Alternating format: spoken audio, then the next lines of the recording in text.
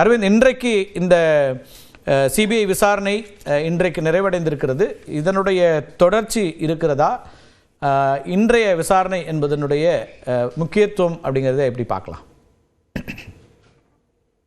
தாவேக தலைவர் விஜயிடம் நடத்தப்பட்ட சிபிஐ விசாரணையானது முழுமையாக தற்போது வரை முடிவடையவில்லை. இன்றைய தினம் ஒரு சில கேள்விகள் முன்வைக்கப்பட்டிருக்கிறது. இன்னும் சில கேள்விகள் இருப்பதாகத்தான் நமக்கு தகவல் கிடைக்கப்பெறுகிறது. ஆனால் விஜய் தரப்பில் பொங்கலுக்கு அந்த கால அவகாசம் கேட்கப்பட்டிருப்பதால் நாளைய தினம் விஜய்க்கு சம்மன் ஒன்றும் வழங்கப்படவில்லை. பொங்கல் முடிந்த பிறகு மீண்டும் விஜய் ஒரு நாள் சிபிஐ சம்மன் செய்வார்கள் என்றுதான் தெரிகிறது. அன்றைய தினம் இந்த விசாரணையை முடிப்பதற்கான வாய்ப்புகள் இருப்பதாக சிபிஐ தகவல்கள் தெரிவிக்கின்றன. இன்றைய தினம் விஜயிடம் முன்வைக்கப்பட்ட கேள்விகள் நமக்கு கிடைத்த தகவலின்படி இதற்கு முன்பாக தாவேக நிர்வாகிகள் அவர்கள் கொடுத்துள்ள பதில்களும் அதே போல காவல்துறை சார்பில் கொடுக்கப்பட்டுள்ள பதில்களும் இரண்டையும் வைத்துக்கொண்டு அதன் அடிப்படையில் சில கேள்விகள் முன்வைக்கப்பட்டதாகவும் அதற்கு விஜய் தரப்பில் கொடுக்கப்பட்ட பதில்கள் பதிவு செய்யப்பட்டிருப்பதாகவும் தெரிகிறது. விசாரணை தற்போது வரை முடிவடையவில்லை. ஆனால் பொங்கல் காரணமாக விசாரணை ஒத்திவைக்கப்பட்டிருக்கிறது. இப்போ டெல்லி ஏன் அப்படிங்கிறதுக்கெல்லாம் நம்ம தொடர்ச்சியாக பேசிட்டோம். வழக்கு பதிவு செய்யப்பட்டது அங்கே தான், அதனால் அங்கே வைத்து விசாரிப்பதில் எந்த தவறும் இல்லை, அல்லது அது ஒரு ஜூரிஸ்டிக்ஷன் இருக்கிறது அப்படிங்கிறதுலாம் நிறைய பேசியிருக்கிறோம். ஆனால் இன்றைக்கு ஏன் அப்படிங்கிற, அல்லது இந்த காலம் அப்படிங்கிறத ஒரு தேர்தலை ஒட்டி வரக்கூடிய ஒரு சூழலாக, அல்லது கூட்டணிகள் அமைந்து கொண்டு இருக்கக்கூடிய ஒரு சூழலாக இருக்கக்கூடிய காலத்தில் அவருக்கு சம்மன் அனுப்பப்பட்டிருப்பது என்பதை அரசியலாகவும் பார்க்க வேண்டியிருக்கிறதா?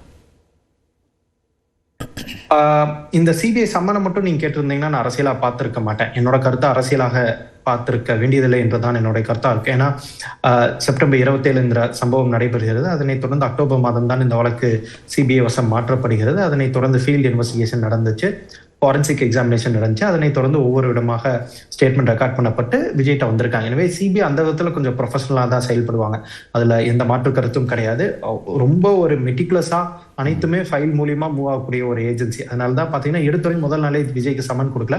ஒவ்வொருத்தரா முதல்ல விக்டிம் சர்வைவர் ஸ்டேட்மெண்ட் ரெக்கார்ட் பண்ணப்பட்டுச்சு, ஃபீல்டில் டியூட்டியில் இருந்த ஆஃபீஸர்ஸ் எல்லாம் ரெக்கார்ட் பண்ணப்பட்டுச்சு, சிவில் அட்மினிஸ்ட்ரேஷன் ரெக்கார்ட் பண்ணாங்க, அப்புறம் போலீஸ், அப்புறம் டிவிகே மற்ற ஆஃபீஸ் பேரர்ஸ். அதனை தொடர்ந்து தான் விஜய்கிட்ட வந்திருக்காங்க.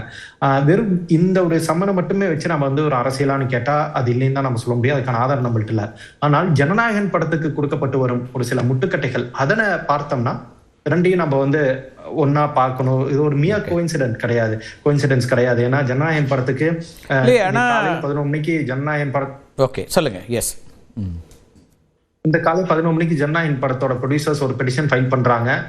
11 மணிக்கு ஃபைல் பண்ண பெட்டிஷனுக்கு அடுத்த 3-4 மணி நேரத்துல சென்சார் போர்டு சார்பில் ஒரு கேவியட் ஃபைல் பண்றாங்க. சென்சார் போர்டு இது வரைக்கும் ஒரு கேவியட் ஃபைல் பண்ணி ஒரு படத்துக்கு முட்டுக்கட்டை போட்டதை நான் பார்த்ததே கிடையாது. பொதுவாகவே ஒரு படத்தை வரவிடாம தடுக்க மற்ற ஒரு எங்க சமுதாயத்தை ஒரு சென்டிமெண்டா இங்க டிஸ்டர்ப் பண்றாங்கன்னு சொல்லி மற்ற சமுதாய மக்கள் அல்லது ஒரு தனிநபர்கள் பெட்டிஷன் ஃபைல் பண்ணி பார்த்திருக்கோம். ஆனா சென்சார் போர்டே ஒரு படத்துக்கு ஒரு முட்டுக்கட்டைக்காக இவ்வளவு ஒரு முனைப்புடன் தீவிரமாக செயல்படுவது என்பது அரிதினும் அரிது.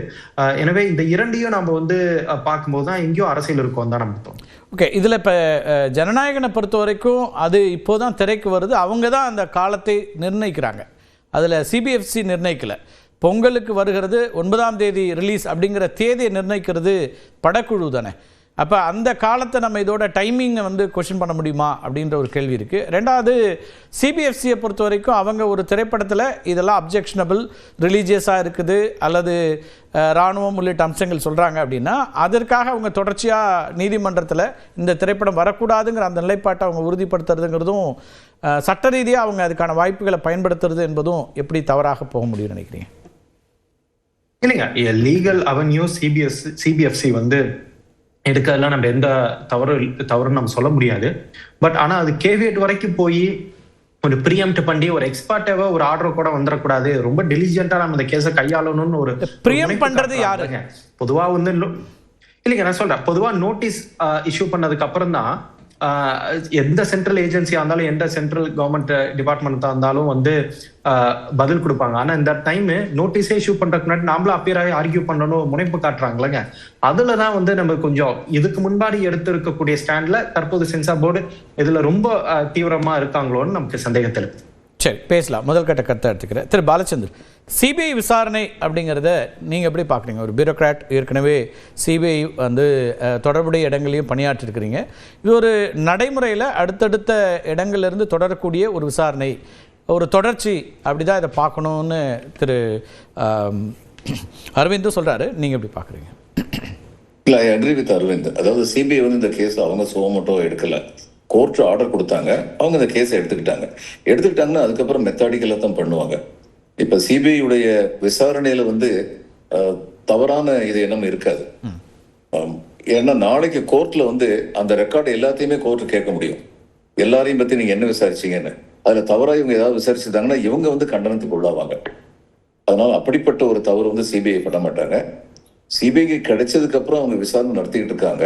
ஆனால் இதுக்கு முன்னாடி நடந்த நிகழ்வுகளை பார்க்கும்போது, இப்போ இதுல வந்து முகுல் ராய் அப்படின்னு சொல்லி ஒரு தலைவர் இருந்தார், ரயில்வே மினிஸ்டரா இருந்தார் டிஎம்சிக்கு. அவர் மேல வந்து சஞ்சிதான்னு சொல்லி ஒரு சிட் ஃபண்ட் விஷயத்துல வந்து சிபிஐ விசாரிக்குதுன்னு ஆரம்பிச்சாங்க. அதுக்கப்புறம் அவர் வந்து பிஜேபியில ஜாயின் பண்ணிட்டாரு. அதுக்கப்புறம் அந்த விசாரணை வந்து என்ன நடந்துச்சுன்னு தெரியல.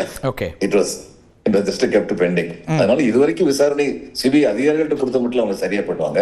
And what Aravind says about இது சென்சார் போர்ட் செய்யறது வந்து ரொம்ப முக்கியம். இதெல்லாம் சேர்த்து பார்க்கும் பொழுது ஒரு அரசியல் அழுத்தம் தருவதற்கான முயற்சிகள் அரசியல் லெவல்ல வந்து நிச்சயமா நடக்குது. சிபிஐ வந்து அரசியல் அழுத்தம் கொடுக்காது. ஆனா இதையெல்லாம் பயன்படுத்தி யார் அழுத்தம் கொடுக்குறாங்கன்னு நினைக்கிறீங்க? அரசியல் அழுத்தம்னா யாருக்கு இதனால பயன் அப்படின்னு நினைக்கிறீங்க? பிஜேபி தான் கொடுக்குறாங்க. அவங்களுக்கு தான். பிஜேபிக்கு வந்து சிங்கிள் பாயிண்ட் அஜெண்டா, திமுகவை கீழே இறக்கணும் பதவியில இருந்து. இன்னும் அவங்களுக்கு அது சரியான ஃபார்முலா புரிபடல. நிறைய ட்ரை பண்றாங்க. அதுல ஒன்னா இது இருக்கலாம். இவருக்கு கொடுக்கக்கூடிய அழுத்தத்தின் மூலமா திமுகவை எப்படி நீங்க வந்து பதவியில இருந்து இறக்க முடியும்னு பாக்குறீங்க? இவர் வந்து கூட்டணியில சேர வைக்கலாம். அப்படி சேர்ந்தா என்டிஏ கூட்டணியில சேர்ந்தா அவங்களுடைய பலம் கூடும் சொல்லி எதிர்பார்க்கலாம். அல்லது இப்படியெல்லாம் இவருக்கு அழுத்தம் கொடுக்கப்படுகிறதுன்னு சொல்லி அவர் மேல வந்து சிம்பத்தி வந்து அதனால திமுகவுடைய வாக்குகள், சில வாக்குகள் இந்த பக்கம் வரலாம் அப்படின்னு எதிர்பார்க்கலாம். எந்த கால்குலேஷன் வேணாலும் இருக்கலாம். ஆனால் அழுத்தம் கொடுக்கப்படுகிறது என்பது உண்மை.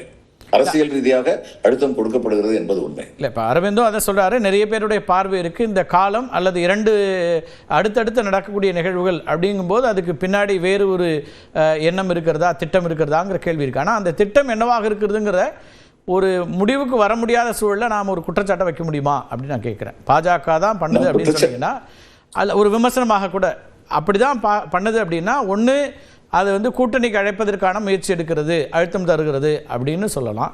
அல்லது இந்த மாதிரி நீங்கள் வாக்குகளை பிரிப்பதற்காக ஒரு பாஜக எதிர்ப்பில் உறுதியாக இருக்கிறார்னு ஒரு தோற்றத்தை உருவாக்க இப்படி ஒரு நிலைப்பாடு எடுக்கிறாங்கன்னு சொல்லலாம். இந்த ரெண்டையுமே சொல்லும்போது அப்போ அது ஒன்றுக்கு ஒன்று முரணானதானே இருக்கு. இல்லை, இதில் முரண் ஒன்றுமே கிடையாது. அதாவது அவருக்கு அழுத்தம் கொடுக்கப்படுகிறது அப்படிங்கிற அளவில் எனக்கு தோன்றது. ஏன்னா அரவிந்த் கரெக்டாக சொன்னாங்க, இது வரைக்கும் ஹிஸ்டரியே கிடையாது. சென்சார் போர்டு வந்து இது மாதிரி அவங்க கேவியட் பண்ணுவாங்கன்னு இது வரைக்கும் ஹிஸ்டரியே கிடையாது. அதுக்கப்புறம் இந்த சென்சார் போர்டில் வந்து முதல்ல கிளியரன்ஸ் கொடுத்ததுக்கு அப்புறம் அதில் உள்ள ஒரு மெம்பர் வந்து அப்ஜெக்ஷன் ரைஸ் பண்ணாருன்னு கேள்விப்படுறேன். ஏன் he was a party to the decision. முதல்ல சர்டிஃபிகேஷன் கொடுக்கலான்னு சொல்லி சொன்னபோது அதுக்கப்புறம் எங்கிருந்து அவருக்கு திடீர்னு அப்ஜெக்ஷன் வந்தது?